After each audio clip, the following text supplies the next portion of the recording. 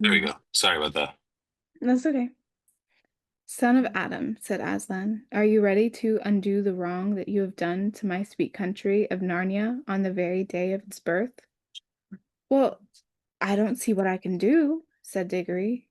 You see, the queen ran away, and I asked, are you ready? Said the lion. Oh, dang, you did that so good. I thought you were talking to me. I was like, you, like, yo, because you like something to record. That's why I asked, are you, hello? Excuse me? That Well, was good. That was really, no, you got to do that over again. That was yeah, good. I guess No, that that means was good.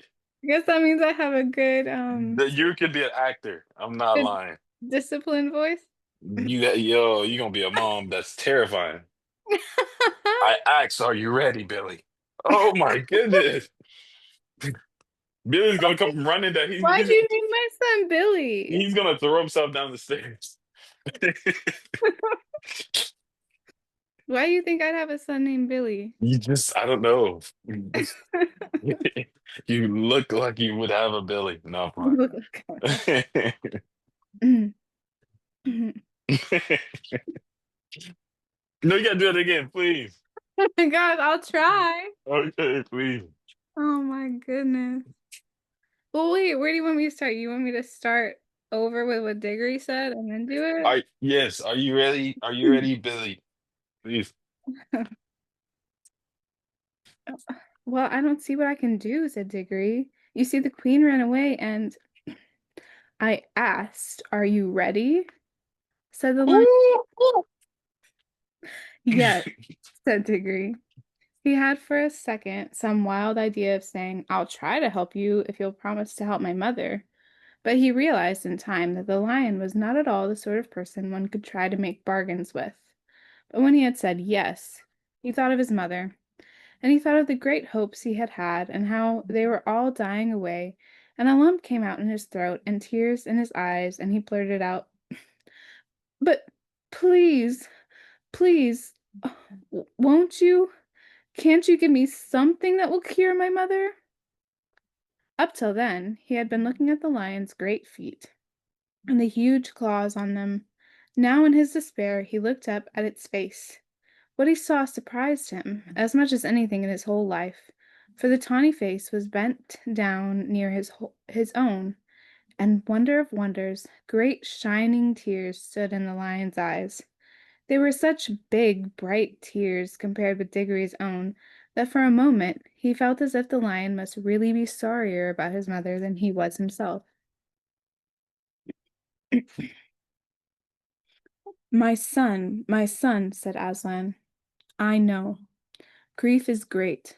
Only you and I in this land know that yet. Let us be good to one another. But I have to think of hundreds of years in the life of Narnia. The witch whom you have brought into this world will come back to Narnia again, but it need not be yet. It is my wish to plant in Narnia a tree that she will not dare to approach, and that tree will protect Narnia from her for many years. So this land shall have a long, bright morning before any clouds come over the sun. You must get me the seed from which the tree is to grow. Yes, sir, said Diggory. He didn't know how it was to be done, but he felt quite sure now that he would be able to do it. The lion drew a deep breath, stooped his head even lower, and gave him a lion's kiss. And at once Diggory felt that new strength and courage had gone into him. Dear son, said Aslan, I will tell you what you must do. Turn and look to the west and tell me, what do you see? I see terribly big mountains, Aslan, said Diggory. I see this river coming down cliffs and a waterfall, and beyond the cliff there are high green tree hills with forests, and beyond those there are higher ranges that look almost black. And then far away there are big snowy mountains all heaped up together like pictures of the Alps. And behind those there's nothing but the sky. You see well, said the lion. Now the land of Narnia ends where the waterfall comes down, and once you have reached the top of the cliffs, you will be out of Narnia and into the western wild. You must journey through these mountains till you find a green valley. with a blue lake in it, walled round by mountains of ice. At the end of the lake, there is a steep green hill. On the top of that hill, there is a garden. In the center of that garden is a tree. Pluck an apple from that tree and bring it back to me. Yes, sir, said Diggory again. He hadn't the least idea of how he was to climb the cliff and find his way among all the mountains, but he didn't like to say that for fear it would sound like making excuses. But he did say, I hope, Aslan, you're not in a hurry. I shan't be able to get there and back very quickly. Little son of Adam, you shall have help, said Aslan.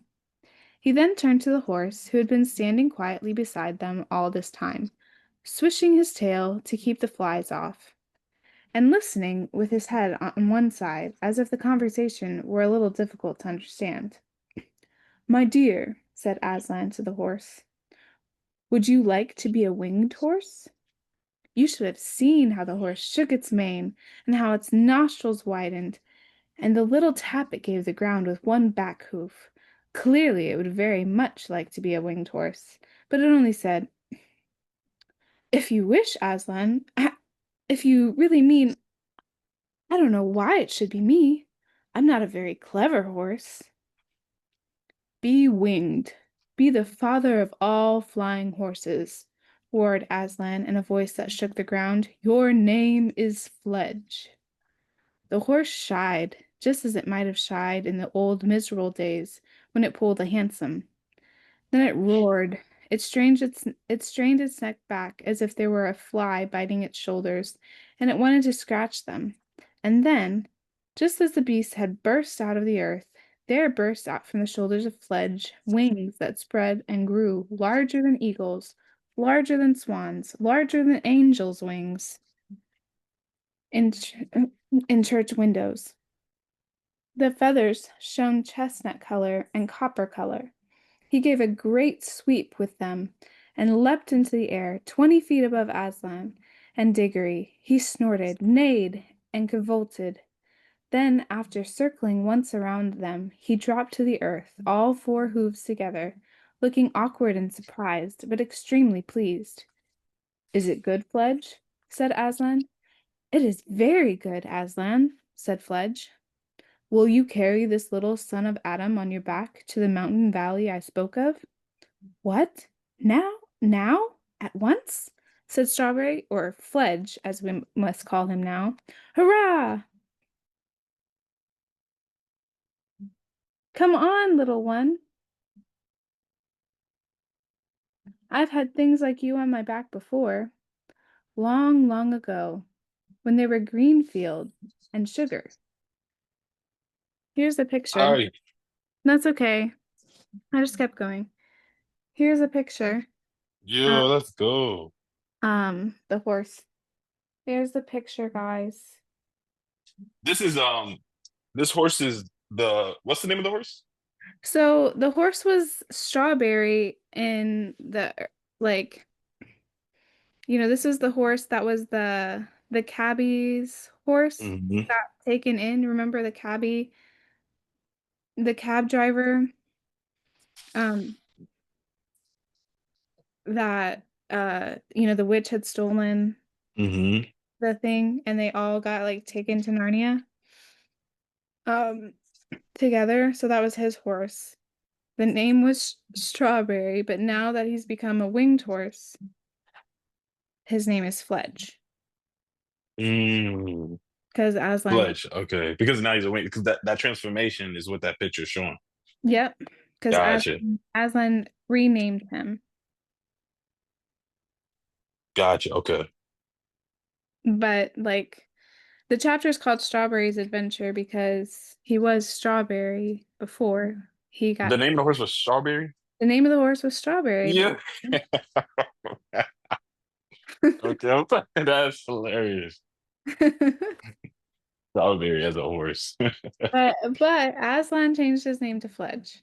Fletch. Fletch sounds so much better. It Like does. appropriate. Imagine me naming my strawberry orange. Orange. You're naming your horse Orange? Yeah, imagine me naming a horse orange. Like, hey, that's orange. Well, I have always wanted, and A one horse named Orange. no, Oh, it's like it what? has to do with like it does have to do with animals. Uh-oh. Like if I like I love my cats, Jack and Kate. Yeah. Um and if I and I'm not gonna replace them or anything Mhm. until something something happens to them, and I hope that Hey, is hey, let's not talk about none of that. Come on now. for a long time. We're But not I doing this. always wanted a I have always wanted to get a puppy and, Okay. and a kitten Okay. and then name the puppy Kitty Oh my goodness. and name and name the kitten Oh, don't do it. Puppy. Don't do it. Yeah. Because I think it would be hilarious for That actually someone. would be No, hilarious. it would be hilarious for someone Yeah. to like to someone to come over, right? Yeah. They're trying to call the cat. So they're like, "Here, kitty, kitty." And then the True. puppy comes, and then the dog comes to them because that's True. his name. And then, I mean, you can't really call cats, but or they're trying to call the dog, and they're like, "Come here, puppy." Come here, puppy. Yeah. Mhm. And then the cat comes to them, or not, because the cat probably wouldn't, because cats, don't.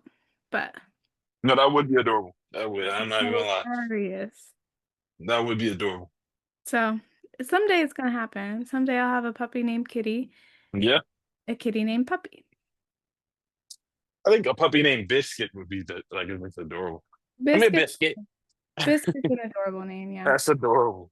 hmm Come here, Biscuit. But yeah, Sorry, I know you. Sorry. no, that's okay. But that's my little side Animal rant. animal ring. All right, here we go. What are the two daughters of Eve whispering about? Said Aslan, turning very suddenly on Polly and the cabbie's wife, who had in fact been making friends. If you please, sir, said Queen Helen, for that is what Nelly, the cabman's wife, now was. I think the little girl would love to go too, if it weren't no trouble. What does Fledge say about that? Asked the lion. Oh, I don't mind too, not when they're little ones, said Fledge. But I hope the elephant doesn't want to come as well. The elephant had no such wish.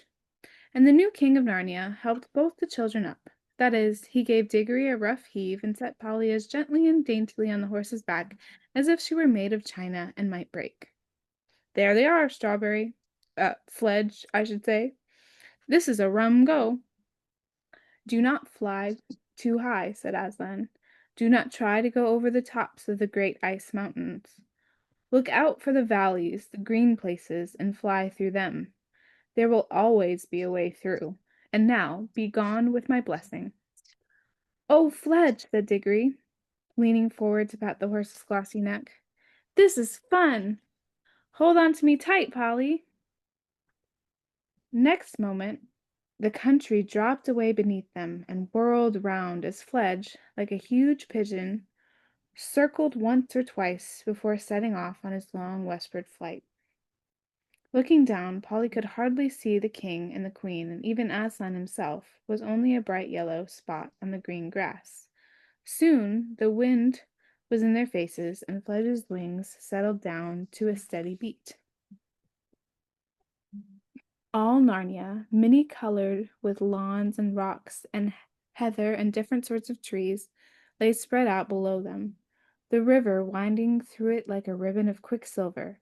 They could already see over the tops of the low hills, which lay northward on their right. Beyond those hills, a great moorland sloped gently up and up to the horizon. On their left, the mountains were much higher, but every now and then there was a gap when you could see between steep pine woods a glimpse of the southern lands that lay beyond them, looking blue and far away. That'll be where Archland is, said Polly. Yes, but look ahead, said Diggory. For now a great barrier of cliffs rose before them, and they were almost dazzled by the sunlight, dancing on the great waterfall by which the river roars and sparkles down into Narnia itself. from the high western lands in which it rises.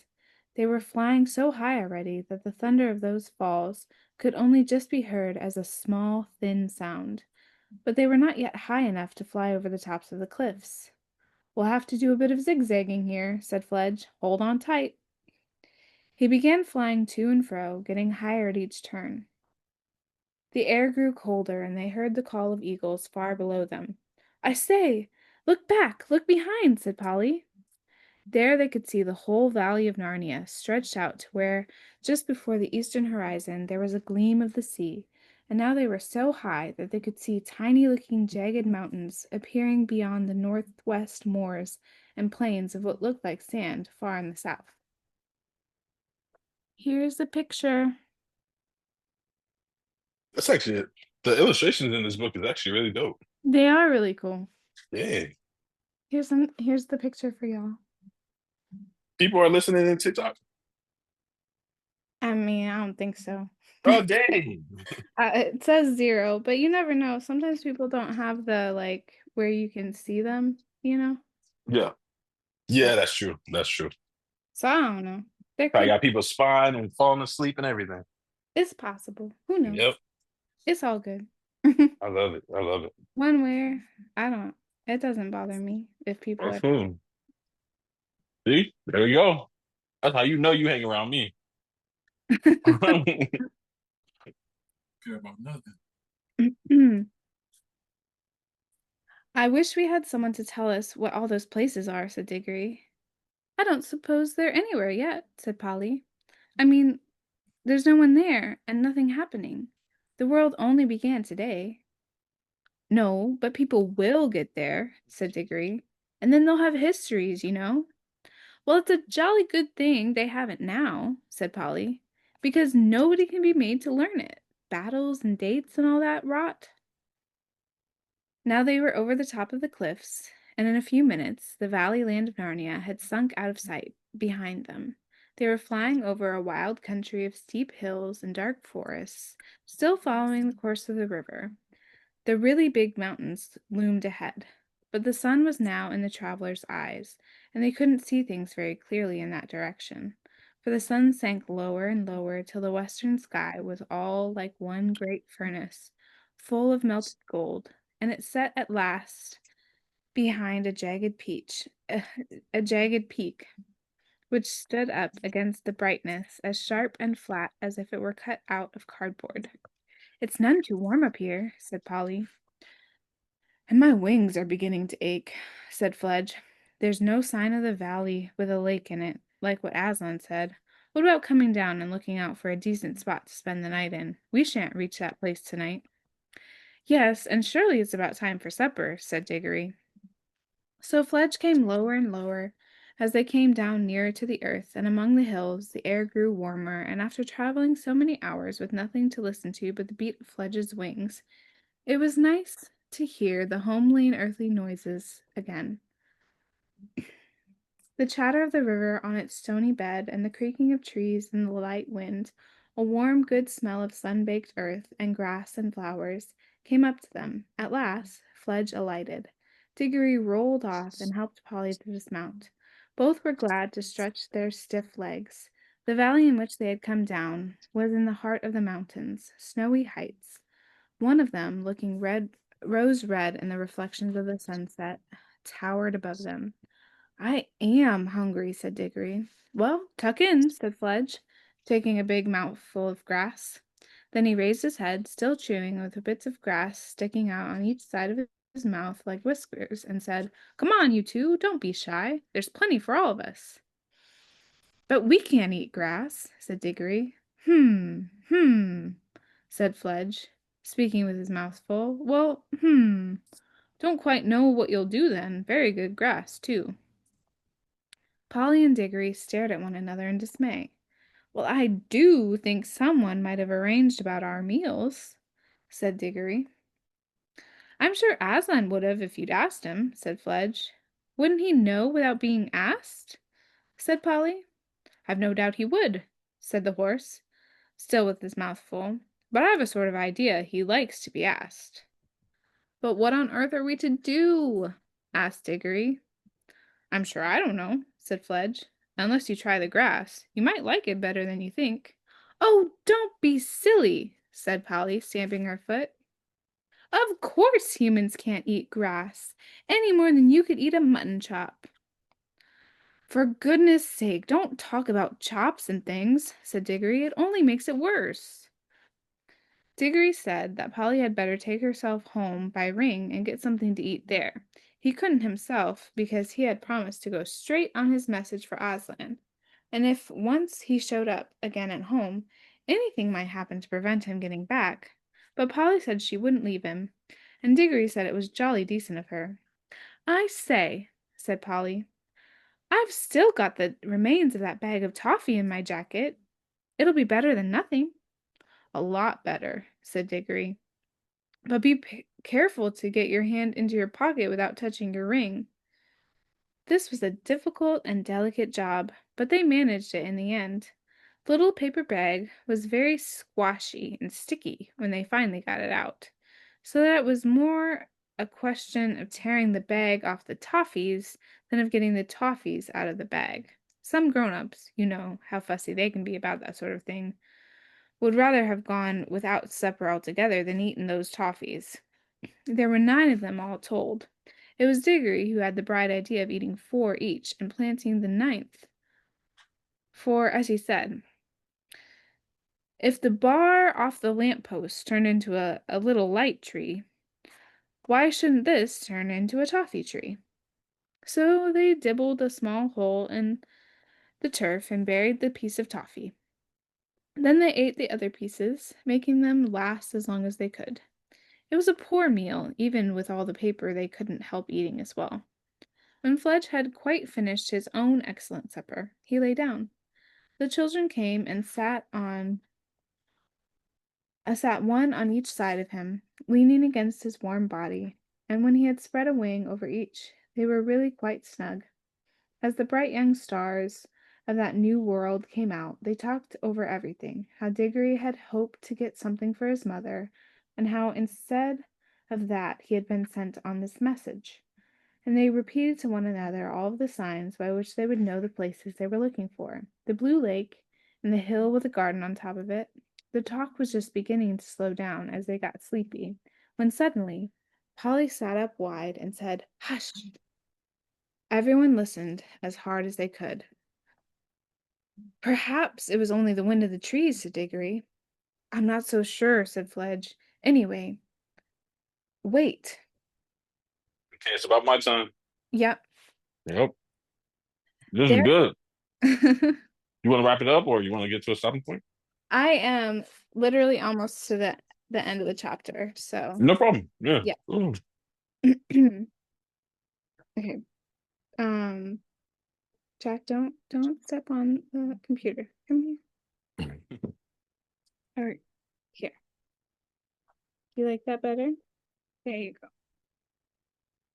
He doesn't always like to step on my lap because it's not Mm. stable. Yeah, So I moved over so he could step on the couch. gotcha. Let's do it. You're gonna be a dope mom. You are. Listen how you talk to him. Everyone listened as hard as they could.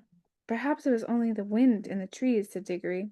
Presently. I'm not so sure, said Fledge. Anyway, wait. There it goes again. By Aslan, it is something. So here's a picture of them nestled up with Fledge. Wait. Let me see. Let me see. Hey, Mike. Mm. Okay. Thank you for subscribing to me. I just noticed that you had. I appreciate it. We're reading Narnia, or I'm finishing up reading Narnia, a chapter in Narnia. This is a picture. And then it's going to be Trey's turn to read for. No. You don't want to read? You No. I do. can. All right. The horse scrambled to its feet with a great noise and a great upheaval. The children were already on theirs. Fledge trotted to and fro, sniffing and whinnying. The children tiptoed this way and that, looking behind every bush and tree. They kept on thinking they saw things. and there was one time when Polly was perfectly certain she had seen a tall, dark figure gliding quickly away in a westerly direction. But they caught nothing, and in the end, Fledge lay down again, and the children re-snuggled, if that is the right word, under his wings. They went to sleep at once. Fledge stayed awake much longer, moving his ears to and fro in the darkness, and sometimes giving a little shiver with the skin, as if a fly had lighted on him. But in the end, he too slept. Amen. So that is I love it. chapter 12. All right. Turn. How many are in this book? I think there's 15, so I really think we're close. Wow. Yeah, sounds like we're getting close. That's why I was like, Yeah, okay. there is 15. Wow. So we have 3 more chapters left. Wow. Three more? 3 more, and then we can That's move on. nothing. Then we can move on to book 2. Oh, yeah. How many books are there? There's like 7, I think, in this Oh series. my goodness. But the next one is the Chronicles of Narnia. Mm.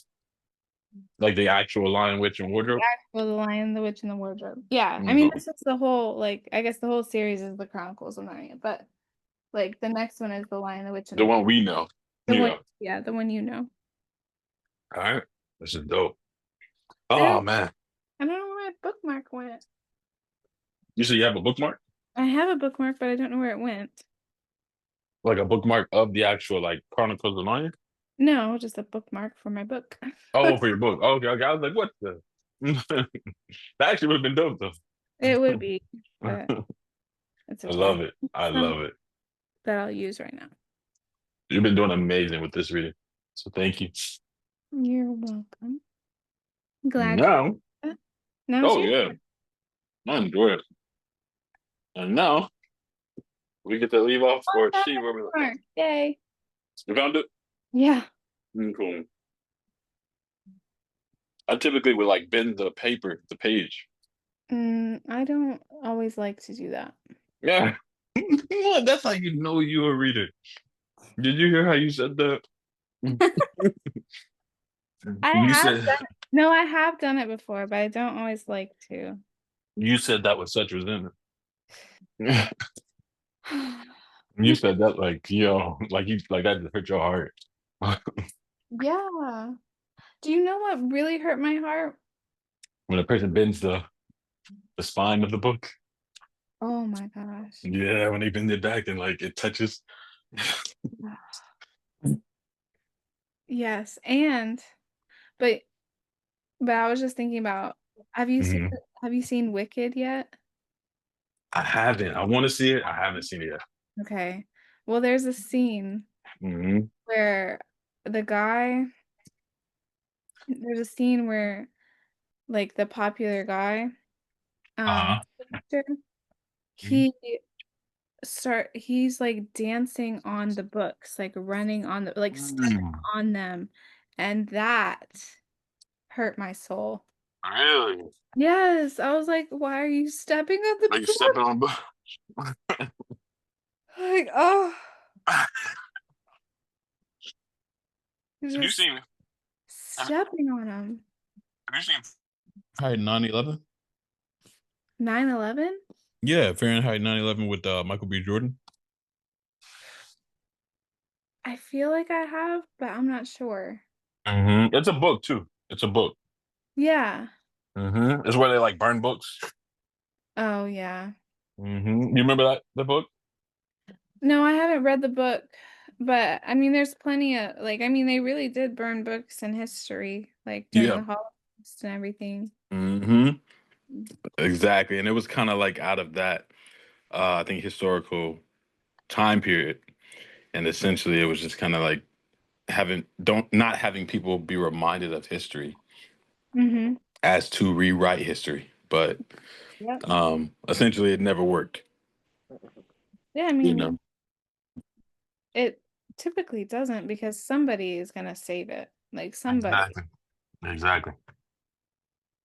Yeah. Exactly. And there's benefits of saving history or remembering history, not Mhm. to repeat it, so you don't repeat it. Yeah. Well said. Hmm But let me stop stalling because I was stalling. You were I stalling. was stalling. No. Dang.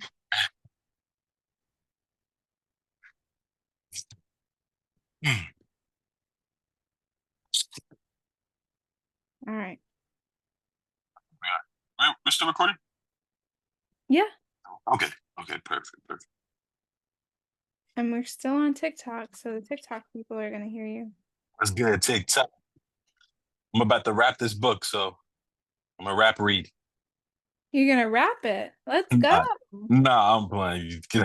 That would You be so horrible for Run. That would be. Can you do it. imagine me doing that for Run? Can't Okay. imagine. I can't imagine you doing it for anything. So He's like, what do you mean? what do I mean? I mean you always say you're gonna do something. Don't do that. Don't And do yeah, that. like we still haven't gotten a flop video from you. I said I was gonna do that. You said you were gonna do that.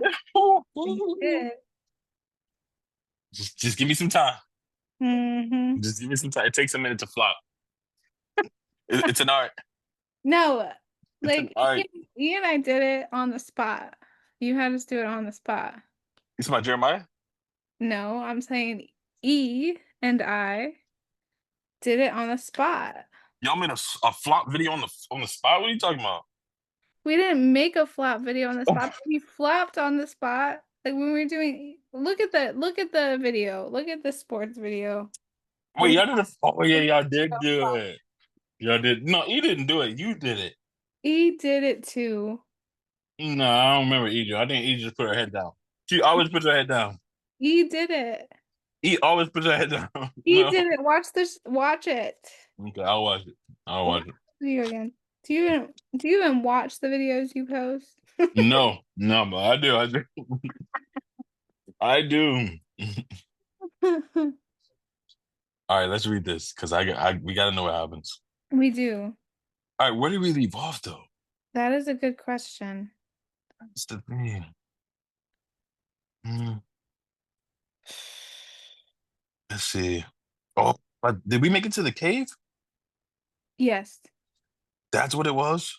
Yep. That's what it was. That's what it was. Mm, It's okay. so we made it to the cave. Mm-hmm. Okay. All right, so I'm gonna read a few paragraphs before that, the ending of that chapter. Okay. Okay. Let's see. A sliver of fear surfaces. If he goes in, if he chooses to rest there, he might be trapped.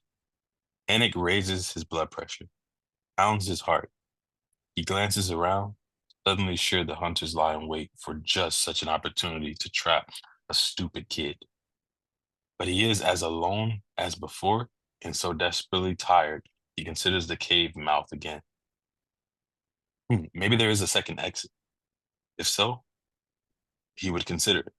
Trouble is, there's only one way to find out. He has to go in. Reed steps up to the entrance, noticing a small pile of broken branches draped over part of it. He hesitates. It looks like a trap all right. Those breaks are deliberate, not an accident or caused by the weather, and the pile is artful, as though carefully arranged.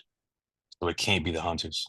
They are too careful, too meticulous, which means kids, maybe, like him. Could it be someone sheltered here before him? Or even, was it possible, could still be here? Reed rolls his shoulders forward as he shrugs to himself. If the cave is empty, but useful, he's in luck. And if there are others, well, maybe they have answers he doesn't. Either way, it's worth the risk, no matter his fears. Reed draws a steady breath and ducks inside. Chapter 14. Don't come any further. It's a girl's voice, quavering and low. Reed can feel the fear radiating toward him, almost smell it in the cool and damp of the cave. It is so dark inside, his eyes still tuned to the sunny morning, he is forced to wait out the adjustment, all the while hating how vulnerable it makes him and refusing to back off at the same time. There's a whisper of cloth, the sound of a shoe grinding over dirt and rock. A thin channel of light penetrates the darkness and someone glides into into it. Not a girl, so she isn't alone. This boy is small, scrawny even. His skin so dark he almost blends into the gloom around him. Guesses he's about 13 or so. His vision slowly adapts, enough he spots two more figures hiding in the cave. Reed. He figures it's the best place to start, the least threatening, but the boy before him doesn't look all that reassured. He has the same tension in him Reed saw in Monica, though less desperate and more sane. What do you want? The kid's voice shakes. Reed knows the feeling well. Nothing. That much is true. Not from him or his friends. I just saw the cave and thought I'd check it out. He whispers. He whispers, his voice drifting in the dark. Reed isn't sure he'll ever speak above a whisper again, just in case. Milo, the boy says, grudging and with a scowl on his face. This is our cave. Reed shrugs like he doesn't care, even though it hurts him, this rejection from his own kind. Nice of you to share.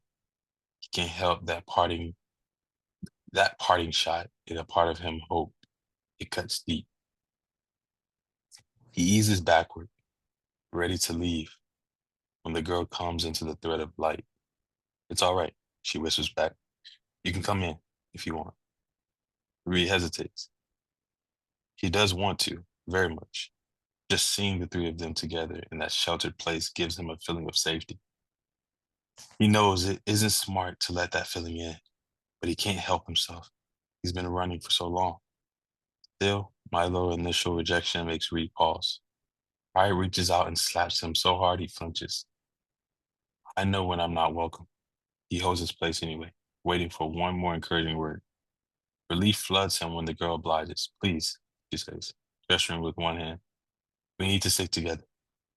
At last, someone understands. Reed thinks of Monica. If only he had gotten to her before her mind snapped and fear took her over. He slides into the cave and out of the path of the light, allowing the cool darkness to wrap around him. Who's Monica? Monica's the girl that he met at the beginning that like got eaten. Oh man, the little girl that was like running and dodging and stuff. Mhm. Yeah, Man. And I kind of feel like it was his fault. a little. Yeah. Yeah. Okay. But also like I don't know, she was just scared too. Yeah. It's hard to say. Like, would you want like if you had found this cave and then somebody else comes, would you be welcoming or would you be kind of like Milo, like, no? Yeah. Like, what do you think? If I was Monica, If you not if you were Monica, but if you had a cave, like if you were the people, if you were Milo and this girl, hmm would you let somebody in? Would you let Reed in? yeah. If I saw that he wasn't a hunter, and if I realized that, I guess only the hunters were the only ones that were kind of really, you know, killing people. If that's all I really knew, I don't think Hmm. I could turn someone down, but I think I would have my eyes on them for sure. Hmm. Um, but at the same time, it is kind of hard. I don't think I really would know until I'm in that moment. Yeah, Um, just because you don't really know if you can trust anybody. You know what I'm saying? It's kind of like yeah, they're welcoming people into the colony house and this and that. And I guess that's because they've already been there for so long. yeah, So I think it depends on how long I was in that forest or where they are and run and right. how much of the environment I knew. Yeah, that's true. I think it would Mhm. depend on how long you'd been there. If I just got there, man, ain't trusting, so look, everybody get out. Everybody. I would have went in that cave and said, everybody get out. No, I'm playing. I'm playing. I'm playing. Everybody out now. Well, and I guess, I mean, we're not there yet, but because it sounds like Reed is going in, but do you think, like, if the girl hadn't been encouraging, you think he would have He, left? Yeah, yeah, I do. But he's tired. He's almost. I think there's a point in which your natural physical human instincts kick in. It's like if you're tired, you're Mm-hmm. tired. You know what I'm saying? Like I'm not sure how. I'm not sure how much of that a person can endure, and I'm also not sure how much. I do believe the body is incredible to the point to where like fear can take over and you can do things that you perhaps never thought you could. Right. You know what I'm saying? Like stories of a mother lifting a car with a child underneath it, right? Like stuff Mm-hmm. like that. It's like, man, like I do think stuff can kick in at times where we're like super strong Mm-hmm. and you don't realize that you even are that strong or you even did that, When Yeah. I was in a car accident and the car flipped like 4 or 5 times and it stopped with me, upside down and everybody was able to get out the car except for me, um, because the car door was like jammed in.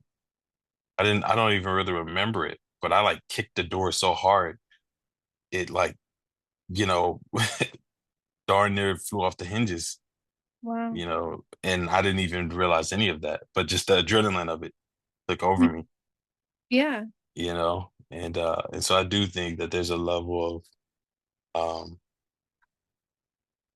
there's a level of strength that can come with the human with human abilities when it comes to like fear and stuff that God has kind of like put in us. Mm-hmm. But I will say that there's a limit. Definitely. There's a limit. Yeah, there's a limit. Like there's a limit where it's just like, hey, this is it. So yeah, yeah, yeah. I'm curious to see what happens here. Yeah. Okay. Sorry, those are my questions, but No, you're good. You kind of like took me back a little bit. I'm like, hold on now. You know, you're not about to sit here and deviate from this book. we're not I'm deviating. playing. I'm What you do in a book club? You ask questions, hey, Trey. hey, hey. Not playing. You could interrupt my book and ask questions. Next time I'm interrupting everything you do. You already do that. That's my stuff.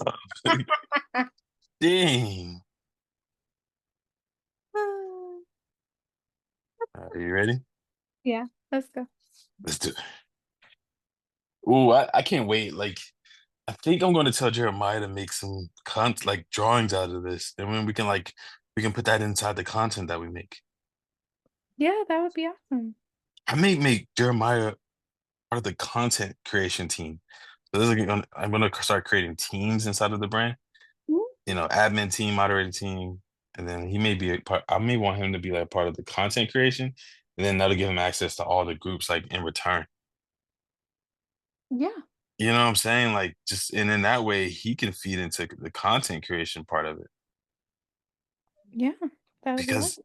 imagine you having your little artistic figure that he draws, and it's like every time we have podcasts, we kind of put that in the stream, or that becomes like your avatar for when we cut off the screen or something. Like Yeah. one day, you know what I'm saying? I'm just thinking of stuff like that. Mm-hmm. Oh, oh, I got some ideas. That's awesome. Yeah, I had an idea today. Yeah, make sure you take note because whenever we do the team meets, you know what I'm saying? We can put that or the one-on-ones. Mm-hmm. All right, let's finish this. I'm getting excited.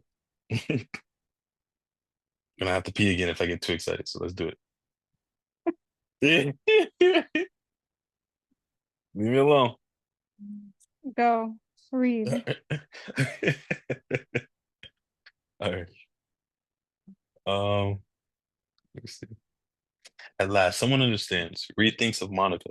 If only he had gotten to her before her mind snapped and fear took her over. He slides into the cave and out of the path of the light, allowing the cool darkness to wrap around him.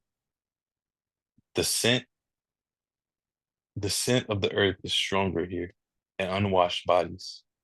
He doesn't mind, pretty sure he's just as fragrant. The girl leaves the light, Milo right beside her. She shines even in the dark, pale blonde hair, almost glowing. I'm Layla. Reed lets his legs buckle and slides to the floor, wrapping his arms around his knees. This is Drew. He introduces a second boy. There's a subtle flash, the hint of light on glass as the kid nods once. Wish I could say it's nice to meet you. Drew's voice is almost as high as Milo's, but with an odd accent. Reed's mind says New England, so this kid is local. Layla makes the first move, easing forward until she is face to face with Reed. She's about his age, eyes as light as her hair, dark bruises underneath highlighting them. Even her skin is ghostly pale, thick eyelashes transparent. Reed almost laughs when his heart tells him she is beautiful. Not the kind of thing he needs to be thinking about at a time like this. How long? She sits next to him. This is my second sunrise, he says. Drew and Milo join them. Layla's bravery obviously setting them free of their weariness. I'm on day 3, Milo says. His white teeth flash against his dark skin when he speaks. Me too, says Drew. Glasses, braces, chubby cheeks. Pushing 14, if Reed could guess. Drew hitches up his pants and as he sits. They bag around his still thick waist. I'm 2 days in. Layla smiles at the boys. They found me right away. I'm pretty lucky. Reed agrees. A jagged stab of jealousy takes his breath away for a moment. Drew found me, Milo says. Not like being together helps all that much. Drew is nodding, glasses hiding his eyes, the dark turning them into oval mirrors. If I ever get out of here, he says, I'm never running another step ever again. The other two laugh. Reed can't bring himself to. How long have you been hiding here? It would be nice to think the cave could be a more permanent refuge. But Layla sighs. Since early this morning, just before dawn, they seem to find us no matter where we go. Reed fights off the instinctual panic. Is there any other way out of here? None of them say a word. It's an answer enough. We tried to hide the entrance, Drew says. Didn't do a good enough job, obviously. Do you have any food? Milo sounds pathetic, and Reed instantly recoils from the boy's needs. He knows then, even if he had anything left, he would lie and wonders what he is becoming. Dang. So his instincts are even telling him to like lie and not even help people eat. Mm. No, Reed says. Then reluctantly, he tells them about the cabin and what he found. They listen to him like he is a prophet, locked into his words. We should go right now. Drew is on his feet, hands tugging at his falling jeans. I bet we could sneak in and out and they'd never know. Reed reaches out and pulls the boy back down to the ground. They know I was there, he says. They'll be watching now. But we're starving. Reed despises the whine in Drew's voice and resists the urge to slap it out of him. He reminds Reed of Lucy, how she used to beg their parents for the things she wanted. It makes him sick to his stomach. There are things in the forest we can eat. He has been so focused on running, he forgot that was true. But his father showed him what to look for, the right kinds of mushroom, fiddleheads, bird nests, could hold eggs. He just needed enough time to look. Reed realizes he is still thinking in singular terms. That he is obviously ready to abandon the others at the first sign of trouble. Do any of you know why we're here? More than food or water or shelter, Reed wants answers. But the three shake their heads all at once. We've asked ourselves the same questions. Layla's eyes drift toward the light coming through the entrance of the cave. They are so pale, they are transparent in the glow of the sun. But we all have the same story. I was taken from my bed in the middle of the night by a group of men who drugged me. I woke up in the back of a van, was carried out here and dumped in the dark. The thin shoulders rise and fall once. The boys found me, got me loose, told me we had to run. He turns back, eyes meeting Reed's. Do you have anything new to add? He shakes his head. Sounds about right. Reed sighs, his weariness settling around him like a blanket. If he doesn't get up and start moving soon, he knows he will pass out. Are you foster kids too? All three nod. We figure we're easy targets. The bitterness in Drew's voice is nothing new to Reed. No one will miss us, you know? The system will call us runaways, so no one comes looking Who gives a crap? Have you seen anyone else? Just other kids, Milo says. And not for long. By the way he says it, Reed figures those kids didn't make it. Have you gotten a good look at the hunters? Milo's shudder is so violent he has to hug himself. But it's Drew that speaks. Why? The boy trembles, hands rubbing across his thighs over and over, just wondering. Reed isn't sure he wants to voice what he is thinking. He cares enough about the possibility of staying with them at this point, and he doesn't want them to think he is crazy. But Drew won't let it go. He reaches forward, chubby fingers tapping Reed's sneakers. He pulls back before Reed can react. A frightened animal looking for attention. Why? Drew repeats the question. Reed can't tear.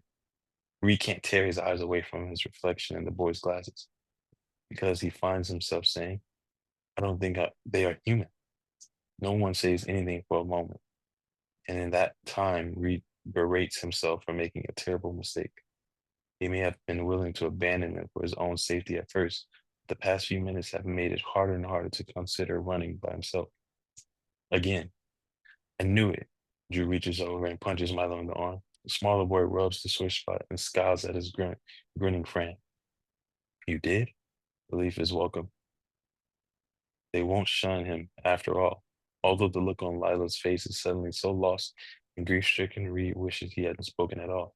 There's no way they are human. Drew shoves his glasses back with one finger, head bobbing in his excitement. They move too fast. Those claws they've got, their eyes, he shudders, and that howl like an animal. Reed finds himself nodding. Then what in the world are they? Alien invasion. Milo groans at that, and even Layla rolls her eyes and offers a ghost of a smile. But Drew is adamant. What else could they be? Reed is as skeptical as the others, but doesn't have an answer. Dude, you watch too many movies, Milo doesn't sound convinced. I'm telling you, Drew goes on, his excitement obvious. It's got to be an invasion, some kind of foothold situation. Then why the fence? Reed gets the impression this is an old argument because Layla has looked away from them, lost in her thoughts. At the word fence, she swivels her attention back to him. What fence? Milo is the first one to ask, his voice squeaking out at the end of the word. Big, metal, deathly electric. Reed looks from face to face. They obviously have no idea what he's talking about. I was following it for a while, but had to stop. They are all quiet for a bit as they process this. Reed gives them a little time before telling them about the two men and how easily the hunters took them down. Weapons or no weapons, they are visibly shaken. It's hopeless then. Milo shudders out. They sob. No one can save us. We already knew that. Drew tries for it tough, but Reed sees right through it. Hearing the tears, the boy chokes off. We're on our own out here. Layla is silent, eyes on the ground, her whole body still. How did they get in? Reed is impressed with her. Fence. Drew's glasses flash as he turns his head to focus on Reed. There's no way, he says. If it's electric, like you say, it would have killed them getting over. Somehow they did, Reed snaps back. Drew shrinks from him, and Reed instantly feels guilty. I don't know how, he says, gentler this time, and Drew relaxes. But I mean to find out. Do you really think we can get out? There's no hope in Layla's voice, only the same calm and quiet she has shown him all along. Reed doesn't answer her. All right, we stopping here? No, we don't. I mean, no, you can keep going. I'm just turning off stuff. No, no. Yeah, no, you're all good. I was just saying the time, Yeah, it is. time-wise. It is time. I know, but this chapter isn't over, so we can finish the chapter if you want. Yeah, you can finish the chapter. Okay, let's do it. Why would someone fence us in? Layla looks so tormented by this new information. Reed wishes he kept this information to himself. Maybe they are specimens, I'm sorry. Drew says, still clinging to his alien theory, being tested or something. More like we are, Reed mutters. That's the lamest thing I've ever heard. Milo turns away from Drew. Lost to his usual audience, the chubby boy turns his attention to Reed. What do you think? It's a moment before Reed answers. In the meantime, Layla and Milo focus on him. Reed thinks about it, considers what Drew said before shrugging his shoulders forward when the truth of the whole thing rose through him. I think it doesn't matter at all. It doesn't matter all that much, he says, finally admitting it to himself. Answers aren't what he needs. He doesn't care anymore.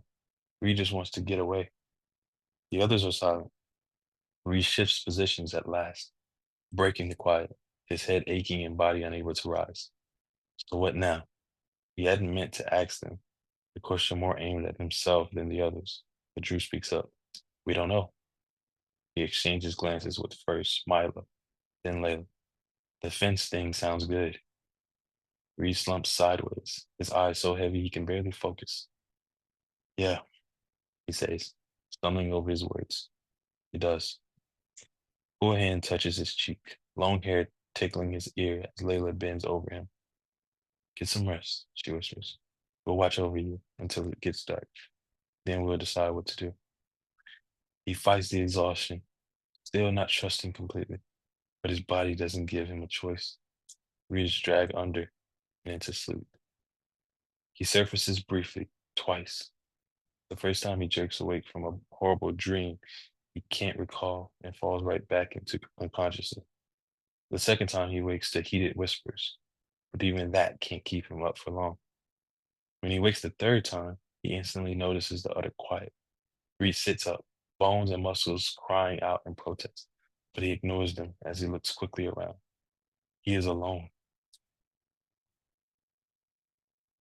All right, that's it.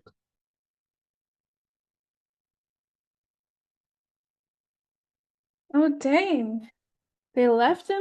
It looks. Like, how can the chapter just end like that? Yeah. No, I'm playing. There's more. Trey. Sometimes chapters end like that. What do you say? Sometimes there are cliffhangers like that. That's true. Ugh, you and your I'm sorry. you and your games, I'm Trey. sorry. You're not sorry. I'm not. Keep reading. All right, all right. He is alone. His heart clenches, stomach a solid knot of rage. They left him, abandoned him there after they promised they would watch over him. He promised. So much for trust. Owl echoes nearby. Reed freezes, his anger running out of him, shoved aside by terror. Flicker makes it through. The thought that they set him up to save themselves, but he has no time to let it trouble him. Fear shoves him toward the gap and out into the night. He has slept the day away, his only consolation, and yet, if that rest gets him killed, it will have done him little good. Reed eases down the hill toward thicker trees, all senses wide open and alert. He waits for another call to reach him, but none comes. Reed finds the head of a path into the trees and runs for it. He slams right into Layla. She falls back, but he catches her, holds her up until she has her balance again. He looks up into his eyes, hers full of the terror they share. Her whisper is a hissed command. He turns without another word and runs down the trail. Reed follows right on her footsteps, keeping up with her easily. She leads him on a winding run through the trees, dodging the path over and over. He realizes she, too, understands the value of avoiding straight lines. She stops once, alert and frightened. Reed waits with her, heart in his throat, as a shuffling black shape snorts his way through the forest. Panic gives way to more ordinary fear as the black bear fixes them with its shining dark eyes.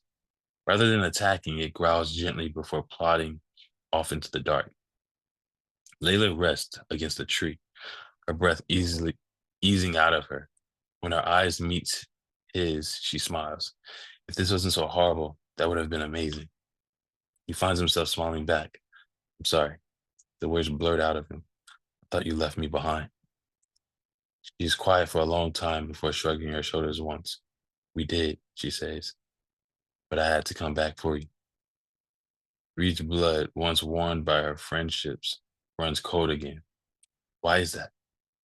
Who knows, she says, moving off. Maybe we need you after all. She stops, turns, looks at him. Are you coming? He wants to say no. They betrayed him, left him to die. What should he? Why should he? But he can't bring himself to be alone again. Instead, he follows her into the forest while he builds walls around his budding trust and compassion. Dang, they actually left him. Yeah, that's crazy. That's crazy. But also kind of understandable. You think it's understandable? Well, I mean, I think about it in that they have already formed a bond together, right? Mm, And then a new person comes in. They don't really know him, yeah, you know? that's true. Um, so so I can understand it. Yeah, Also, like it's not necessarily right either, you know? yeah. But I can understand it. You can understand why you would you like. Are you saying you would have did the same thing? Um, I don't know. Maybe, Again, yeah, maybe I might have. I yeah. I might have. You would have probably left the person too. I don't know. It would be a hard decision because I mean, obviously she came back because she probably felt bad. Yeah, Um, and I probably would have done the same if I had left. yeah, I would have come back. But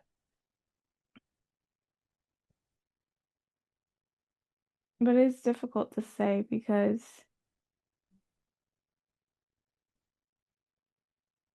it's just I don't think you would know until you're in that situation. until you're in that situation. Yeah. Yeah, Although they have all been there around the same time, you know? yeah, But he gave them more information than they had. So they yeah, probably wanted to check it out. yeah. No, you're right. Yeah, I don't know. It's definitely one of those things where it's just like you don't know. Hmm. You don't know what you would have done. You don't. You know what I'm saying? You just don't know.